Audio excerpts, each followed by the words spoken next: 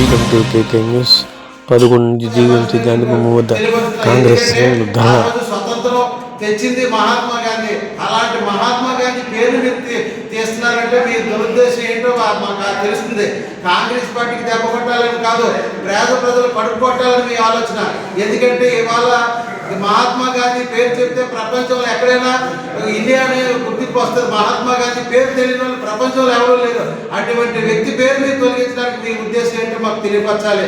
తెలియపరచే పక్షంలో ఏఐసిసి వాళ్ళు మాకు ఇచ్చిన ప్రతి పోరాటాన్ని మేము శాంతియుతంగా చేస్తాం. మేము శాంతియుతంగా ఖచ్చితంగా రేపు నుంచి మేము ఫిబ్రవరి 25వ తారీఖు వరకు మేము అందరం కాంగ్రెస్ శ్రేణులు అఖిల పక్షాలు అందరినీ కలుపుకొని మేము ఖచ్చితంగా ఈ పోరాటాన్ని మేము తీవ్ర స్థాయికి తీసుకెళ్తున్నాం. ఎందుకంటే ఇది ఉపసంహరించుకోవాలి. మహాత్మా గాంధీ గారి పేరును కంటిన్యూ చేయాలి. ఆ రోజు ఏ చట్టంలో ఏవైతే మేము కాంగ్రెస్ ప్రభుత్వం చేసిందో ఆ చట్టాన్ని మీరు కంటిన్యూ చేయాలి. జగన్మోహన్ రెడ్డి కూడా దీన్ని స్పందించట్లేదు. ఎందుకంటే జగన్మోహన్ రెడ్డి కూడా ఖచ్చితంగా కూటమి ప్రభుత్వకే అనుకూలంగా ఉన్నాడు. ఆయన కాంగ్రెస్ వాళ్ళే ఆయన ఇవాళ ఈ స్థాయికి వచ్చాడు. మర్చిపోయాడేమో ఆయన తండ్రి రాజశేఖర రెడ్డి గారి ఆశయాల్ని ఆయన బొమ్మలో తొక్కుతున్నాడు. జగన్మోహన్ రెడ్డి కూడా మాట్లాడలేదు. ఇవాళ ఈ విషయం మీద జగన్మోహన్ రెడ్డి మాట్లాడకపోతే ఆయన ఈ ప్రజలకి ఈ ఆంధ్రప్రదేశ్ ప్రజలు కూడా నమ్మరు నెక్స్ట్ టైం అయింది. ఎందుకంటే ఖచ్చితంగా ఈ విషయంలో ఏదైతే మహాత్మా గాంధీ జాతీయ ఉపాధి హామీ పథకం ఏదైతే ఉందో దాన్ని ఖచ్చితంగా కొనసాగించాలని కాంగ్రెస్ పార్టీ డిమాండ్ చేస్తుంది.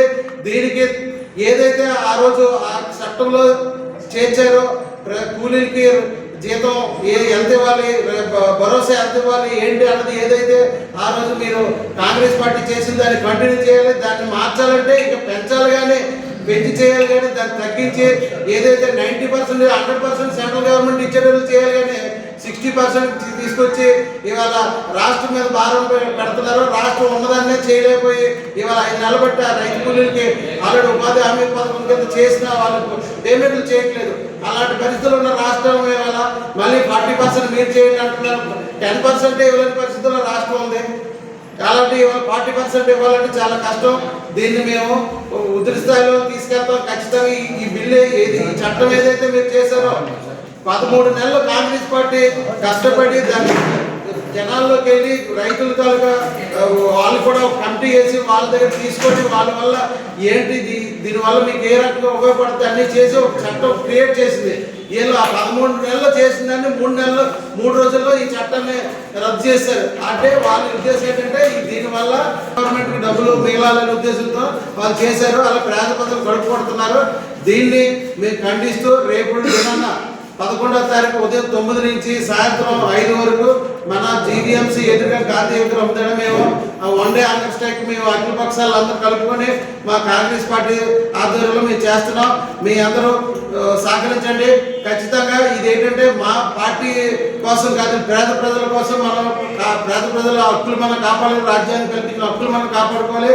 అలాగే గాంధీ గారి పేరు, మహాత్మా గాంధీ గారి పేరును కూడా మనం కాపాడుకునే బాధ్యత ప్రతి పౌరుడికి ప్రతి వారికి ఉందని ఈ సభ ముఖ తెలియపరుస్తూ ఈ అవకాశం ఇచ్చిన మీ అందరికీ రాజ్యం మినిస్టర్ నేను అడుగుతున్నా. ఆంధ్ర రాష్ట్రానికి మీరు ఆంధ్ర రాష్ట్ర ప్రజలంతా మిమ్మల్ని మెజార్టీ గెలిపిస్తేనే మీరు గెలవాలి.